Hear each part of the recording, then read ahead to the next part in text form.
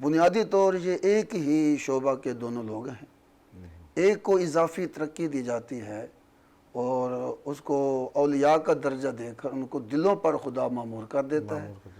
اور جو عالم ہے وہ الفاظ سیدھے کرتا ہے، وہ جو ولی ہے وہ پھر دل سیدھے کرتا ہے. در حقیقت یہ ہے بنیادی بات. اس کا اشارہ قرآن پاک میں کافی جگہوں پہ موجود ہے. اس وقت چونکہ ٹائم کی قلت بھی پیش نظر رکھنی ہے، اللہ پاک نے فرمایا بسم اللہ الرحمن الرحیم وَاصْبِرْ نَفْسَكَ مَعَ الَّذِينَ يَدْعُونَ رَبَّهُمْ بِالْغَدَاةِ وَالْعَشِيِّ يُرِيدُونَ وَجْهَهُ.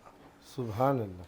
اللہ پاک نے اس میں 3 صفتوں کا ذکر فرمایا کہ یہ جو 3 صفتیں ہیں آپ لوگ اگر چاہتے ہو کہ یہ تینوں صفتیں آپ میں آ جائیں تو مَعَ الَّذِينَ جاؤ، ان لوگوں کے ساتھ جڑ کے بیٹھ جاؤ. وہ 3 صفتیں کیا ہیں؟ وہ 3 صفتیں ہیں. پہلی صفت ہے یدعون ربہم، کہ وہ اللہ کا ذکر کرتے ہیں، بے شک اللہ کو پکارتے ہیں. بے شک. اب یہاں یہ صرف نحو یا حدیث اور آیت کی بات نہیں ہے. اس میں اللہ نے فرمایا ان کے پاس جاؤ جو مجھے پکارتے ہیں، میرا ذکر کرتے ہیں. دوسری صفت کہ وہ توبہ کرتے ہیں، میرے معاملے میں ڈرتے ہیں، خشیت رکھتے ہیں. اللہ. تیسری صفت کہ وہ مجھ سے پیار کرتے ہیں، میرے دیکھنے کے مشتاق ہیں، بے شک. میری صورت کو دیکھنے کے طالب ہیں. اب یہ 3 صفتیں کس میں پائی جاتی ہیں؟ ولی میں پائی جاتی ہیں. ولی میں پائی جاتی ہے. بالکل. عالم وہ امت کی اصلاح کر رہا ہے درسگاہ میں، وہ الفاظ زبر زیر پیش سیدھے کر رہا ہے، اس کا بھی کردار ہے.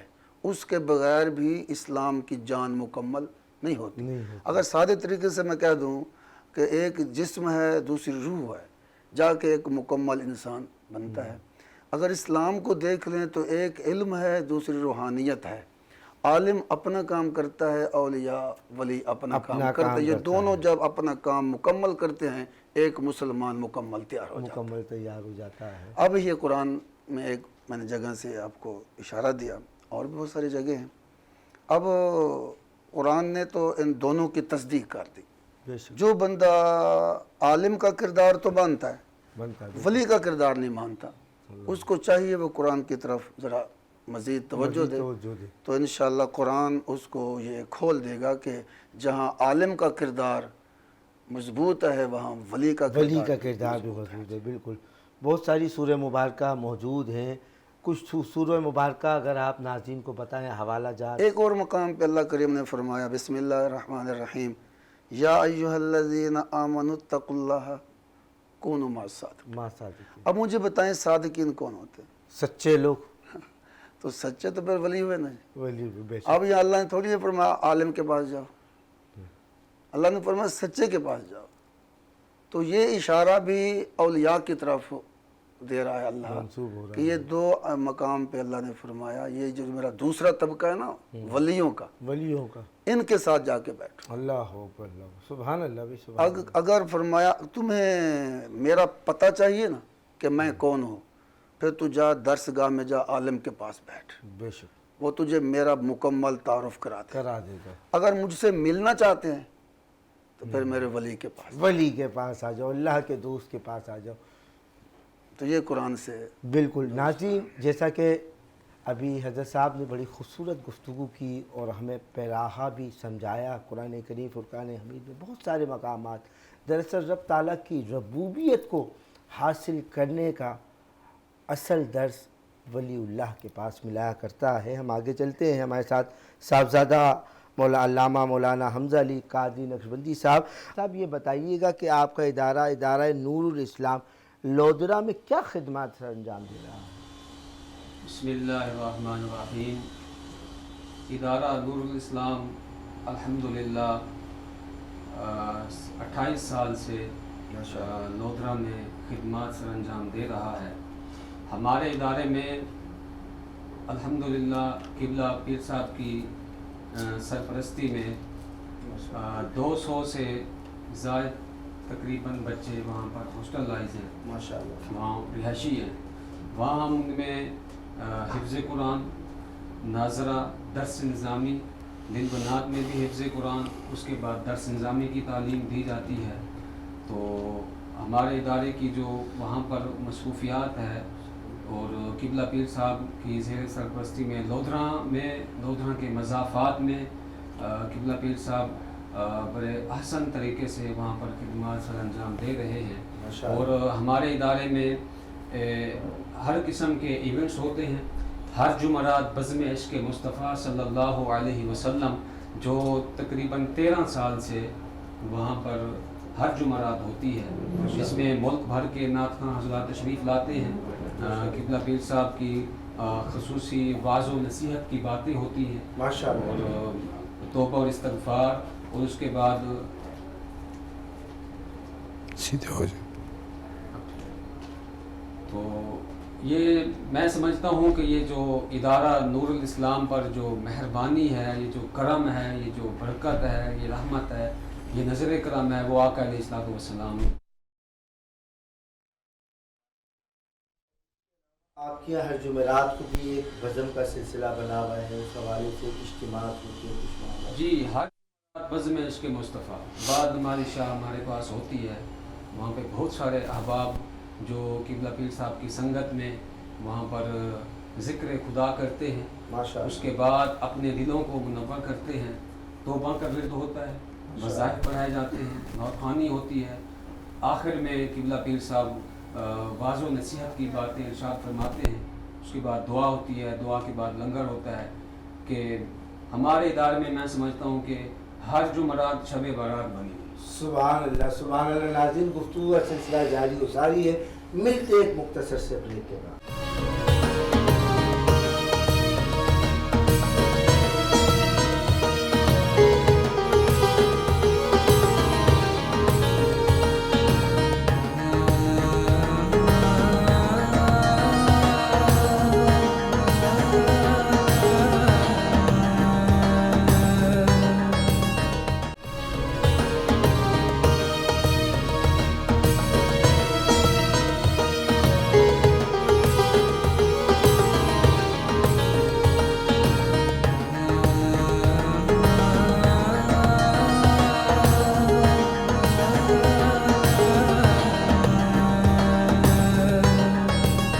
خوش آمدید ناظرین، ایک مرتبہ پھر آپ کا خیر مقدم ہے۔ آپ دیکھ رہے ہیں پروگرام قرآن و سنت اپنے میزبان سید علی حسان رضا کے ساتھ، اور بریک میں جانے سے قبل ادارہ نور الاسلام لودھرا پنجاب کے پرنسپل جناب حضرت علامہ مولانا صاحبزادہ حمزہ علی قادری صاحب سے ادارے کے حوالے سے گفتگو ہو رہی تھی۔ ہمارے ساتھ ایک اور عالم دین حضرت علامہ مولانا حافظ محمد شریف قریش قادری قریشی صاحب تشریف فرما ہیں۔ شریف بھائی، یہ بتائیے گا، علامہ صاحب ابھی ہم اولیاء کرام کے کردار پہ گفتگو کر رہے ہیں۔ قرآن کریم فرقان حمید سورہ یونس میں اللہ کے ولی کا، اولیاء کرام کا ذکر ہوا، اس کے حوالے سے آپ کیا کہیں؟ الحمدللہ رب العالمین والصلاة والسلام علی سید الانبیاء والمرسلین، اما بعد۔ الحمدللہ ایک بڑے پلیٹ فارم سے آپ کے توسل سے قبلہ پیر صاحب آپ کی معیت میں بیٹھ کر میرے لیے اعزاز ہے کہ اولیاء کرام کے اس پروقار روحانی موضوع پر کچھ گفتگو کی جائے۔ اللہ نے قرآن مجید فرقان حمید میں فرمایا، قل ان الفضل بید اللہ یؤتیہ من یشاء، اے محبوب فرما دیجئے کہ فضل اللہ کے ہاتھ میں ہے، وہ چاہے جسے عطا کرے۔ اللہ کے پیارے محبوب علیہ الصلوۃ والسلام نے پیارے انداز میں ہمیں سمجھایا، فرمایا کہ بندہ اللہ کے فرائض کی ادائیگی سے بڑھ کر کسی چیز سے اس کا قرب حاصل نہیں کر سکتا، اور اس کے بعد وہ نوافل پڑھتا ہے، اللہ کا قرب حاصل کرتا ہے، اور ایک مقام ایسا آتا ہے کہ اللہ تبارک و تعالی اسے اپنا محبوب بنا لیتا ہے۔ تو پھر وہ جب اپنا محبوب بنا لیتا ہے تو وہ اس کی آنکھ، اس کا دل، اس کی زبان، اس کے ہاتھ، اس کے پاؤں بن جاتا ہے۔ وہ پھر بندہ نہیں بولتا، وہ رب کے ذریعے وہ بولتا ہے، وہ رب کے ہی ذریعے بات کرتا ہے، وہ رب کے ذریعے ہی دیکھتا ہے، وہ رب کے ہی ذریعے چلتا ہے، لوگوں کی اصلاح کرتا ہے۔ حدیث قدسی ہے کہ تیری چاہت ہے ایک میری چاہت ہے، اگر تو نے وہ چاہا جو تیری چاہت ہے، میں تجھے اس میں برباد کر دوں گا جو تیری چاہت ہے۔ اگر تو نے وہ چاہا جو میری چاہت ہے، میں بھی تجھے وہ عطا کر دوں گا جو تیری چاہت ہے، بس ہوگا وہی جو میری چاہت ہے۔ بس فلسفہ ولایت اولیاء کرام ان کی شان و عظمت کے لیے اتنا ہی کافی ہے، اسی اختصار کے ساتھ کہ ہے شریعت در حقیقت جستجو سرکار کی، بے شک اور طریقت ان کے نقشے پا پہ مٹ جانے کا نام۔ ہمیں کوشش کرنی چاہیے موجودہ دور کے اندر، جب ہم بچپن میں تھے تو اولیاء کرام کے فضائل و مناقب اس انداز سے پیش کیے جاتے تھے کہ دل کرتا ہے کہ ہم ان کے نقش قدم پہ چلیں۔ اب موجودہ دور کے اندر جو ایک قسم کی نیگیٹیوٹی پھیل گئی ہے، ہر بندے نے وہ گندی مکھی کی طرح صرف گند ہی ڈھونڈنا شروع کر دیا ہے، تو یہ روحانی محفلیں، روحانی لوگ اور روحانی مقاصد بندے بھولتے جا رہے ہیں۔ کوشش یہ ہے، پیر صاحب کی طرف سے بھی سبق یہی ہے کہ کوشش کریں کہ شہد کی مکھی کی طرح پھولوں کے اندر سے رس جو کہ کڑوا ہوتا ہے اس میں سے مٹھاس ڈھونڈ لائیں، اللہ کے بندوں کے ساتھ بیٹھیں، ان میں اللہ کی نشانیاں ڈھونڈیں، ان سے کچھ سیکھیں کہ انہوں نے کیسے رب کو منایا۔ آج کے دور میں ہمیں جو کرنا چاہیے، جو کرنے کا کام ہے، وہ یہی ہے کہ بندہ نیک اس وقت تک نہیں بن سکتا جب تک نیکوں کی صحبت میں نہ بیٹھے۔ کوشش کریں زیادہ سے زیادہ نیکوں کی صحبت اختیار کریں، انشاءاللہ ان کی صحبت سے ہی ہمیں اتنا فیض ملے گا کہ ہمارا یہ جہان بھی آباد ہو جائے گا، آخرت کا جہان۔ ماشاءاللہ ماشاءاللہ ناظرین کرام، بڑی خوبصورت گفتگو، اور حقیقت بات بھی ہے کہ سورہ فاتحہ جب ہم قرآن کریم فرقان حمید کا آغاز ہوتا ہے تو ہم سورہ فاتحہ پڑھتے ہیں۔ سورہ فاتحہ کے اندر رب تعالیٰ نے تذکرہ کیا اپنے نیک بندوں کا، صراط مستقیم کا۔ دراصل صراط مستقیم پہ جو صحیح معنوں کے گامزن ہو جاتا ہے تو رب تعالیٰ کے انعام و اکرام اس پہ نزول ہو جاتے ہیں، اور یہ اولیاء کرام کا ہی خاصہ ہے۔ میں قبلہ پیر صاحب آپ کی جانب آؤں گا، یہ بتائیے گا کہ امت مسلمہ میں اولیاء کرام کا کیا کردار، اس حوالے سے کیا کہنا چاہیے؟ ماشاءاللہ بہترین سوال جو آج کے دور کے نیا ذہن رکھتے ہیں ان کے لیے، بالکل، جو اس دور میں اولیاء کرام کو ایک ناکام صورت کے طور پہ بیان کرتا ان کے لیے بہترین جواب ہوگا۔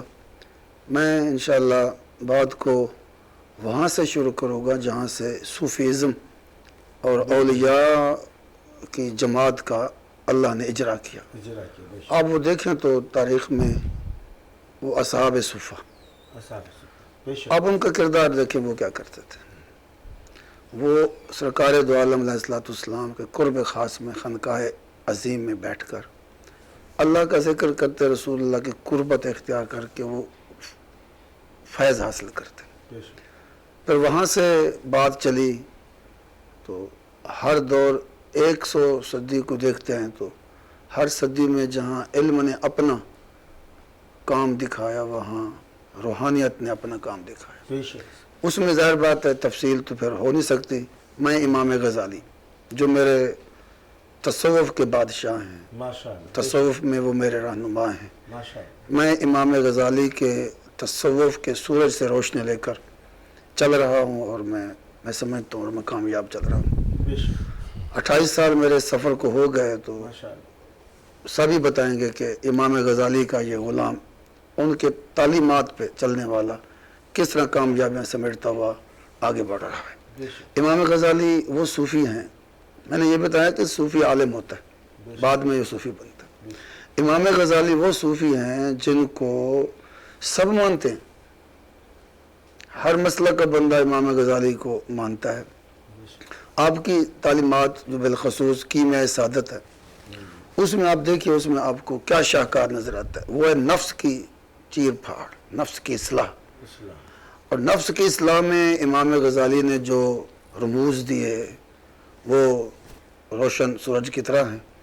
اس طرح میرے غوث اعظم، میرے طریقت کے بادشاہ، میرے سر کے تاج حضور غوث اعظم شیخ عبدالقادر جیلانی رضی اللہ تعالیٰ عنہ ورحمۃ اللہ علیہ کی زندگی مبارک دیکھیں۔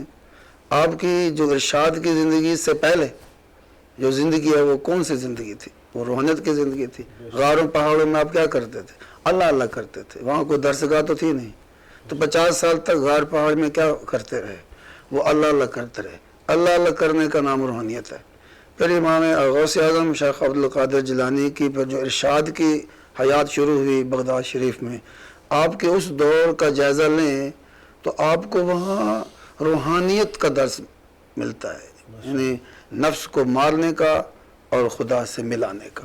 یہی اولیاء کا کام ہے. آگے بھی جو چلتے ہیں تو میرے اعلیٰ حضرت امام احمد رضا خان بریلوی رحمۃ اللہ تعالی علیہ, آپ کے حیات مبارک دیکھیں جہاں آپ بہت بڑے عالم تھے. آپ کا علم کا جو سمندر ہے اس وقت, اس کا کوئی کنارہ نہیں ڈھونڈ سکا. وہاں وہ بہت بڑے صوفی بھی تھے. آپ کے اوراد و وظائف کی کتاب دیکھیں تو پتہ چلتا ہے کہ یہ کتنا بڑا صوفی ہے. جہاں وہ علم میں زبانیں سیدھی کرتے تھے, تو میرے اعلیٰ حضرت اسی طرح روحانیت سے لوگوں کے دل بھی سیدھا کرتے تھے. پھر یہ امت میں خلاصتاً دیکھیں تو 2 جملے آپ کو میں پیش کر دیتا ہوں. آپ کے چینل کے وسیلہ سے اور آپ کی شفقت اور پیار کے وسیلہ سے لوگوں کو بہت فائدہ ہوگا. تو 2 جملوں میں بات سمجھنے کی کوشش آپ کریں, میں بھی کوشش کرتا ہوں بات پہنچاؤں. ہم 1450 سال کی تاریخ رکھتے ہیں, کم و بیش 1450 سال کی تاریخ میں جہاں عالم نے اپنا کمال دکھایا ہے, وہاں صوفی نے بھی اپنا کمال دکھایا ہے. ماشاءاللہ, بے شک. اگر ایک جانب ایک سائڈ میں بیٹھ کے عالم علم پڑھا رہا ہے تو دوسری جانب صوفی بیٹھ کے لوگوں کو خدا سے ملا رہا ہے. اس میں چھوٹی سی مثال چند سیکنڈ کی میں دوں گا. امام اعظم بہت بڑے عالم ہے, بے شک. 75% امت امام اعظم کے فقہ پہ ہے, بے شک. ان کی شاگردی ان کی فقہ پہ چل رہی ہے. بے شک. امام اعظم علم کے شاہ سوار ہیں, حد ختم ہے امام اعظم کے علم پر. اب امام اعظم کہاں جاتے ہیں عصر کو؟ ایک صوفی کے پاس, سبحان اللہ, جس کا نام حضرت بہلول ہے. ہاں ہاں, بہلول. وہ ان کے جا کے نیچے بیٹھ جاتے ہیں, وہ نیچے بیٹھتے تھے. تو سارے شاگردوں نے پوچھا حضور سارا زمانہ آپ کے قدموں میں, اور آپ بہلول, اور آپ ایک فقیر وہ زمین پہ بیٹھا اس کے قدموں میں, کیا لینے جاتے ہیں؟ کمی کیا ہے؟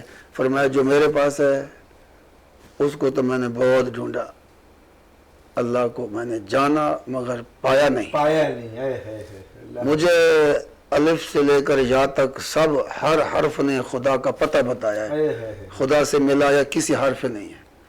پھر آخر میں مراقبے میں چلا گیا کہ مالک تو کہاں ملے گا؟ کہاں پر ہے؟ خالق کائنات نے نشاندہی فرمائی اگر علم حاصل کرنا ہے تو کتاب کے پاس جا, خدا کو ملنا ہے تو پھر عاشق کے پاس, عاشق کے پاس جا. پھر میں نے عاشق ڈھونڈنا شروع کر دیا. امام اعظم فرماتے ہیں میں پہنچا اس عاشق فقیر کے پاس, یہ جو چہرے پہ نور الہی جن کے چمک رہا تھا, میں ان کے پاس بیٹھا, نہ وہ کچھ بولے نہ میں نے کچھ بولا. ان کے ساتھ بیٹھنے سے ہی مجھے خدا کا قرب حاصل ہونے لگا. کیا بات ہے, سبحان اللہ, بے شک. یہ ہے تاریخ میں خلاصتاً اولیاء کا کردار. اللہ کرے ہم تاریخ سے سبق لیں, سبق لیں. قومیں وہی بلند سفر کرتی ہیں جو تاریخ کو پیش نظر رکھتے ہیں. اگر ہم چاہتے ہیں بطور امت محمد صلی اللہ علیہ وسلم ہم بلند اور بالا ہو جائیں تو ہمیں تاریخ کے اس سنہرے الفاظ سے بھی فائدہ حاصل کرنا پڑے گا, وہ ہے صوفی اور صوفیزم. اور ناظرین کرام, ایک اور واقعہ حضرت معذرت, وہ واقعہ حضرت مولانا روم.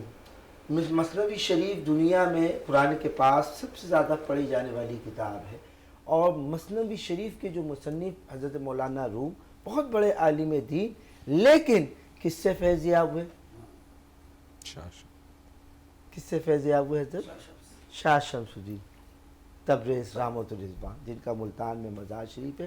تو حضرت ان کے بارے میں بھی کچھ مولانا روم کے بارے وہی میں عکس ہے جو میں نے پہلے عرض کیا. امام اعظم ابو حنیفہ اور بہلول کا جو معاملہ ہوا وہی معاملہ اس رومی بادشاہ کا بھی ہوا. رومی بادشاہ بھی اپنے علم کا بڑا تورا رکھتے تھے, تو کتابیں پڑھا رہے تھے, تو ہمارا فقیر صوفیوں کا عظیم صوفی آپ آئے تو فرمایا کیا ہے؟ فرمایا چاہ جا تیرے سمجھ میں نہیں آئے گا یہ کیا ہے. اچھا, تو تھوڑی دیر بعد وہ چلے گئے تو اس نے کتاب اٹھا کے پانی کے تالاب میں ڈال دی. جب رومی رحمۃ اللہ علیہ ہے تو اس نے کہا یہ کیا کیا, یہ کیا؟ پھر اس نے کہا صبر کر, وہ ہاتھ ڈال کے تالاب میں سے کتاب نکالی اسی طرح تھی جس طرح گئی تھی. فرمایا یہ کیا؟ فرمایا تیری سمجھ میں نہیں آئے گا. اللہ تو یہ وہی والا معاملہ ہے. امام اعظم اور حضرت بلول یہ عاشق اور معشوق کے معاملات میں جب بندہ چلتا ہے نا تب یہ بات سمجھ آتی ہے کہ صوفی کا کردار ہمارے لیے کتنا اہم ہے. بالکل بالکل حقیقت. آپ اس راستے پہ چلیں گے نا جب تب آپ کو پتہ چلے گا کہ ہمارے لیے صوفی کتنا اہم ہے. اللہ ہم کتابوں میں کود جائیں, لائبریریوں کے سارے رس گھول کے پی لیں. میں آپ کو بتا رہا ہوں ایک جملے میں, علم بتاتا ہے, علم ملاتا نہیں ہے. بے شک. علم بتاتا ہے, عاشق ملاتا ہے. عاشق ملاتا ہے کہ جب سچی طلب ہو تو عشق کے بہت سارے ضابطے ہیں اور بہت ساری مثال موجود ہیں. دین اسلام میں عشق کو اعلیٰ مرتبہ بھی حاصل ہوا. حضرت سیدنا بلال حبشی رضی اللہ تعالیٰ عنہ کا واقعہ لیں تو عشق کی اعلیٰ مثال نظر آئے گی. حضرت سیدنا اویس کرنی رضی اللہ تعالیٰ عنہ کا واقعہ لیں تو عشق کی انوکھی بے باک مثال نظر آئے گی. ناظرین کرام, ہمارے پروگرام کا سلسلہ جاری و ساری ہے. پیچھا ایک اور سوال میں آپ سے کرنا چاہوں گا. ہمارا خطہ پاکستان, تو اس پاکستان میں اولیاء کا کیا کردار رہا ہے؟ یہ بھی بہت اچھا سوال ہے اور آپ ماشاءاللہ عمدہ سے عمدہ سوال پوچھ رہے ہیں جن کی وقت کی ضرورت ہے. بالکل. پہلی بات تو یہ ہے کہ پاکستان کی عمر ہے 70 سال. تو 70 سال سے پہلے بھی اولیاء یہاں کام کر رہے تھے اس خطے پر, اور میں سمجھتا ہوں کہ اولیاء کی برکت اور اولیاء کی روحانی جو حیات تھی جو لوگوں کے دلوں میں آئی اس نے اس تاریخ کو آغاز دیا. ورنہ علماء تو جھگڑے میں تھے. بالکل. وہ تو اس میں تھے کہ بنے یا نہ بنے. تو اس طرح اس سے پہلے بھی اولیاء کا کردار موجود تھا کچھ صورتوں میں. اس کے بعد پاکستان کی تاریخ 70 سال ہے.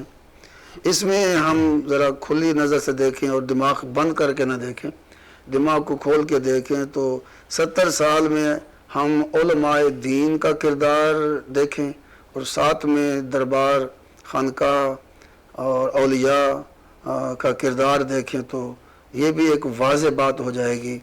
عالم اگر کوئی کردار کر رہا ہے تو اس سے بہتر جو ہے وہ صوفی کردار ادا کر رہا ہے دو صورتوں میں.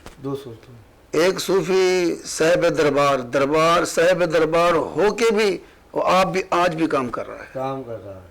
اور دوسرا صوفی جو ابھی اپنی ظاہری حیات میں ہے وہ بھی کام کر رہا ہے. پاکستان اگر اس وقت اسلامی نقطہ نظر سے کہیں مضبوط ہے تو وہ صوفی کے دل میں ہے. آج بھی صوفیزم چل رہا ہے مگر محدود صحیح مگر ہے تو صحیح. بالکل. ناظرین کرام, ہمارے پروگرام کا سلسلہ جاری و ساری ایک مختصر سا وقفہ ہے اور وقفے کے بعد آپ سے دوبارہ ملاقات کرتے ہیں. اسی موضوع پہ, اسی سوال پہ مزید کچھ جانتے ہیں پیر صاحب سے.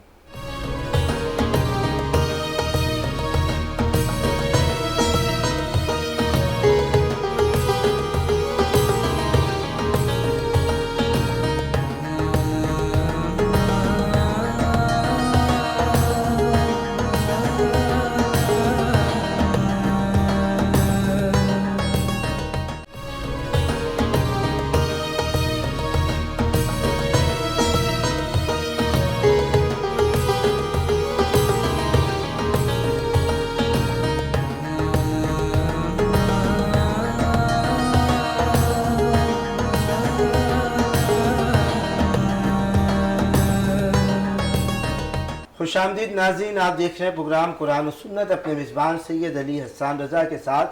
اور ناظرین کرام, بریک پہ جانے سے قبل قبلہ پیر صاحب بڑی خوبصورت گفتگو فرما رہے تھے اور سوال تھا ہمارا کہ ہمارے ملک میں اولیاء کرام کا کیا کردار ہے. اسی بات کو ہم کنٹینیو رکھیں. اس حوالے سے اور بتائیں صاحب, بہت سارے اولیاء کرام نہ جو مزارات پاکستان کے اندر موجود ہیں تو وہ مزارات پاکستان میں کیا فیض پہنچا رہے ہیں, بتائیں ذرا سا. بتانے سے پہلے دکھانے کی ضرورت ہے. بتانے میں تو شک پیدا ہو جاتا ہے کہ بات ٹھیک ہے کہ نہیں ہے. یہ کہ نہیں اگر بندہ دکھا دے تو اس میں پھر کوئی شک کی گنجائش نہیں رہتی. یعنی کہ کرامت کی قائل ہے نا ہاں وہ کرامت بھی نصیب والے قائل ہوتے ہیں، ورنہ میرے آقا کا معجزہ دیکھ کے بولا آپ نے کلمہ نہیں پڑھا. کلمہ نہیں پڑھا تھا تو کلمہ جس کے نصیب میں ہوتا ہے وہ کرامتیں معجزے وہی دیکھ کے آگے بڑھتا ہے. پھر ہم وہ کہتے ہیں غسل تو دیں، بخشے نہ بخشے اللہ کی مرضی. بے شک ہم تو صرف بتا دیں گے، دکھا دیں گے. اگلے کا نصیب ہے کہ اب بھی نہیں مانتا تو اس کی مرضی. سورج تو چمک رہا ہے، اب میں نہ مانوں تو میرے آنکھ کا مسئلہ ہے، سورج کا تو کوئی مسئلہ نہیں. پہلی بات یہ ہے کہ اس وقت صوفیزم کی ہمیں کتنی ضرورت ہے اور اولیاء کا کردار ہمارے لیے کتنا اہم اور ضروری ہے اس وقت. آپ پھر یہ سمجھیں کہ ہمارے جہاں علم پڑھایا جاتا ہے وہاں صوفیزم کو کاٹا جاتا ہے، نکالا جاتا ہے اس کو، بلکہ منفی طور پہ نوجوانوں کے دماغ میں یہ بات ڈالی جاتی ہے کہ یہ جو صوفی ہے نا یہ ایسے ایسے ہیں. آپ ان کی زندگی کا کردار چیک کریں، آپ کو واضح پتہ چل جائے گا یہ خشک پتے ہیں. پتے ان سے اسلام پھلا پھولا نہیں، ان سے اسلام کو جھگڑا ملا ہے، اتحاد نہیں ملا. اسلام ٹوٹا ہے، اسلام جڑا نہیں ہے. اگلی نسل تک نفرت پہنچی ہے، محبت نہیں پہنچی. یہ میں بتا بھی رہا ہوں، دکھا بھی سکتا ہوں. آپ کریں ان درسگاہوں کا وزٹ جہاں صوفی ازم کو نکالا ہوا ہے. صوفی ازم کو اولیاء کرام کو منفی طریقے سے نوجوانوں کو پیش کیا جاتا ہے. اب پھر ان کے کردار دیکھیں تو آپ کو جھگڑے، فتوے اور اختلاف، یہ ساری ٹوٹی اسلام کی صورت نظر آئے گی. نظر آئے گی بالکل. اور جہاں پہ صوفی پڑھایا جاتا ہے، جہاں پہ صوفی کا کردار پڑھایا جاتا ہے، وہاں ان بچوں کی آپ کردار کو دیکھیں تو ان میں آپ کو اتحاد، اتفاق، رحم، حلم، بردباری، جوڑنا اور اپنا فتوی کفر کے بغیر آپ کو ان کے اندر ایک نور نظر آئے گا. نور نظر آئے گا بے شک. یہ دو چیزیں میں بتا رہا ہوں، آپ وزٹ کریں، ان کو دکھائیں. جس درسگاہ میں صوفی ازم کو منفی بیان کیا جا رہا ہے ان کے نتائج بھی دیکھ لیں ان کے کردار کی صورت میں. جس درسگاہ میں صوفی ازم پڑھایا جا رہا ہے، خواجہ غلام فرید رحمۃ اللہ علیہ کا عشق پڑھایا جا رہا ہے، سبحان اللہ سبحان داتا علی حجویری کی روحانیت پڑھی جا رہی ہے، سبحان اللہ. خواجہ فرید اپنا بابا فرید گنج شکر کی بات سنائی جا رہی ہے. سبحان اللہ. جہاں ان اولیاء کی باتیں سنائی جاتی ہیں، ان کا کردار بتایا جاتا ہے. اب ان کی زندگی میں دیکھیں تو آپ کو ایک اتحاد، اتفاق، قرب الہی، جلوہ الہی اور جلوب اسلام کی صورت کہ وہ نقشہ نظر آئے گا. اللہ ہمیں اس وقت اس چیز کی ہی ضرورت ہے. ہمیں صوفی ازم، ہاں یہ سن رہے ہیں بار بار یہ صوفی ازم کی بات، صوفی ازم ہے کیا؟ یہ ہم صوفی بار بار کہہ رہے ہیں کہ صوفی ازم میں ہے کیا؟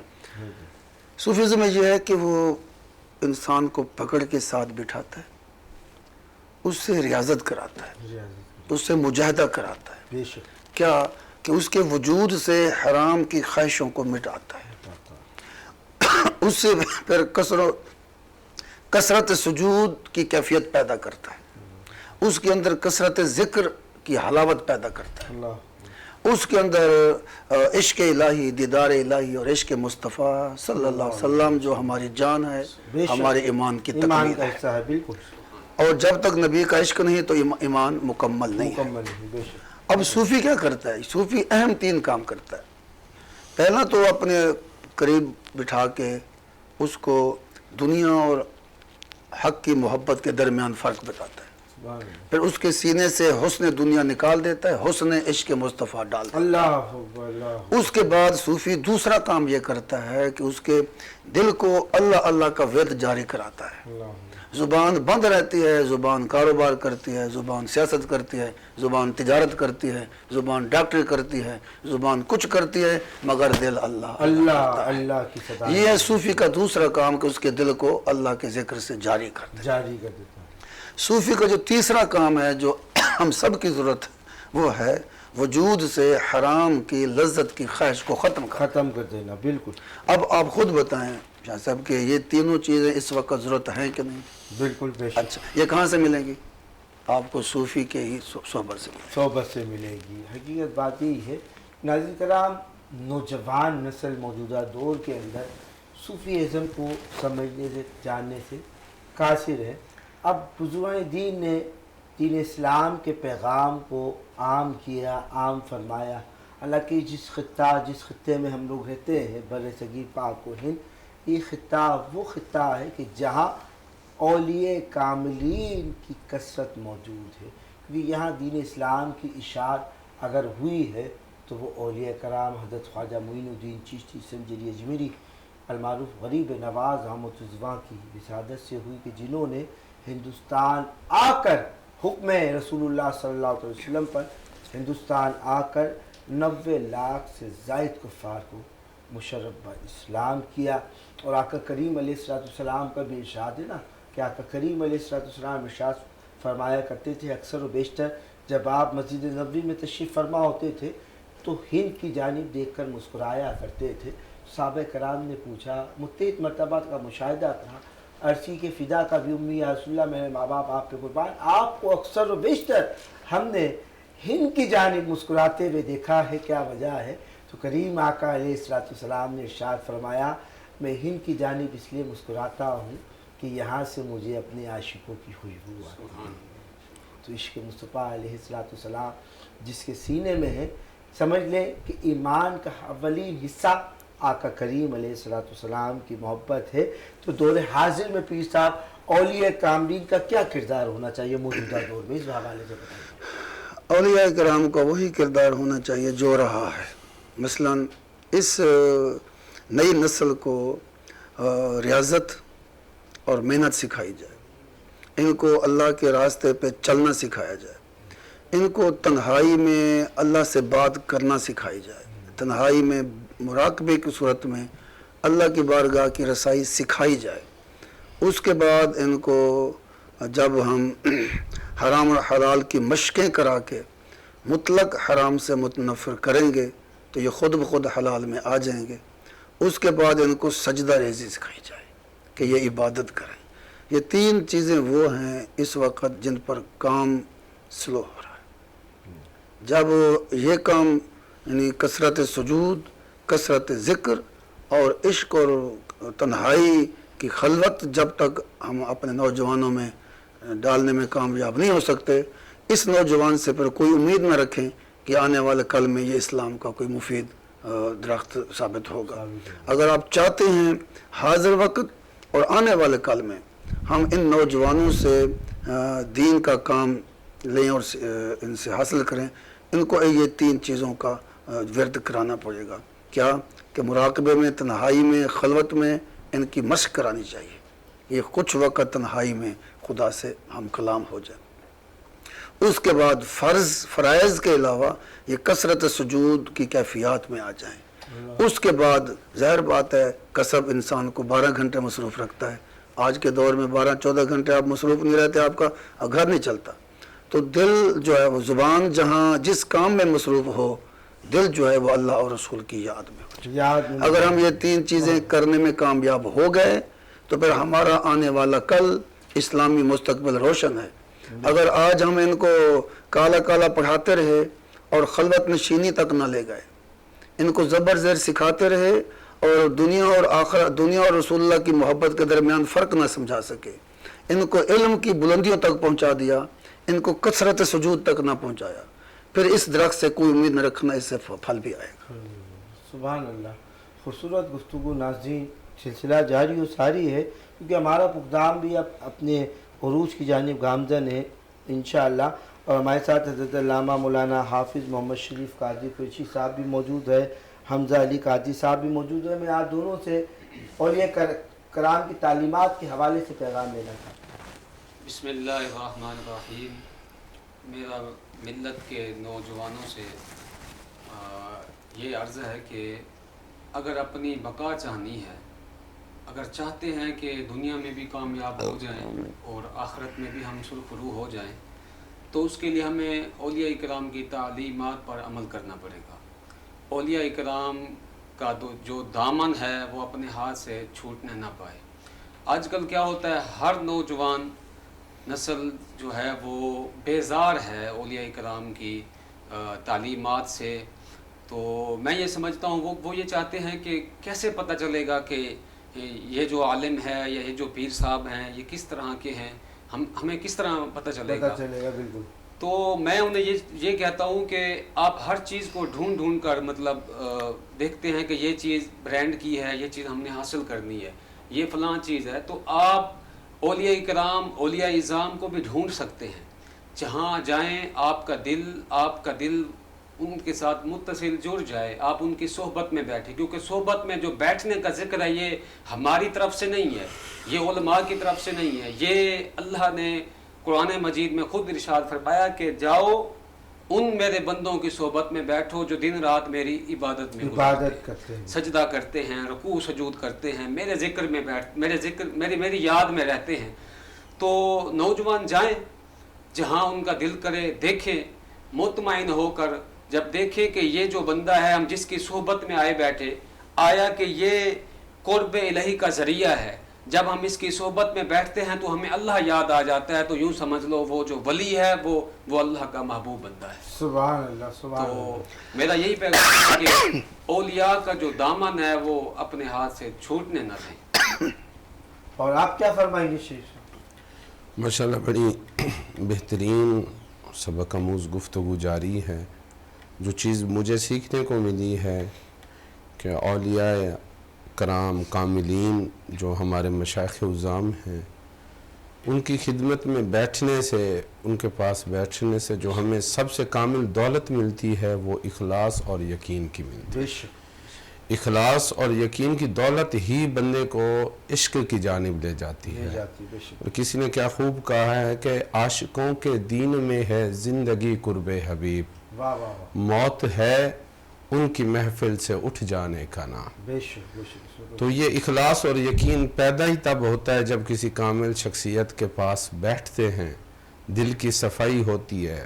اللہ والوں کی سب سے بڑی جو نشانی ہے نا، وہ ایک عام بندے، گناہگار بندے کے سامنے اس کی نفس کی علتیں پیش کر دیتے ہیں، اس کی بیماری نکال کے اس کے سامنے رکھ دیتے ہیں کہ کس کی وجہ سے یہ منزل تمہاری آنکھوں کے سامنے دھندلی ہو چکی ہے. جب وہ دیکھتا ہے کہ میرے اندر یہ بیماری ہے، وہ اولیاء کرام صوفیاء عظام سے سہارا لیتے ہوئے، ان کے نقش قدم پہ چلتے ہوئے اپنی صفائی، من کی صفائی کرتا ہے اور وہ چراغ دین پاتا ہے. وہ جو ایک بندے کا مقصد ہے دنیا میں آنے کا، وہ حاصل کرتا ہے.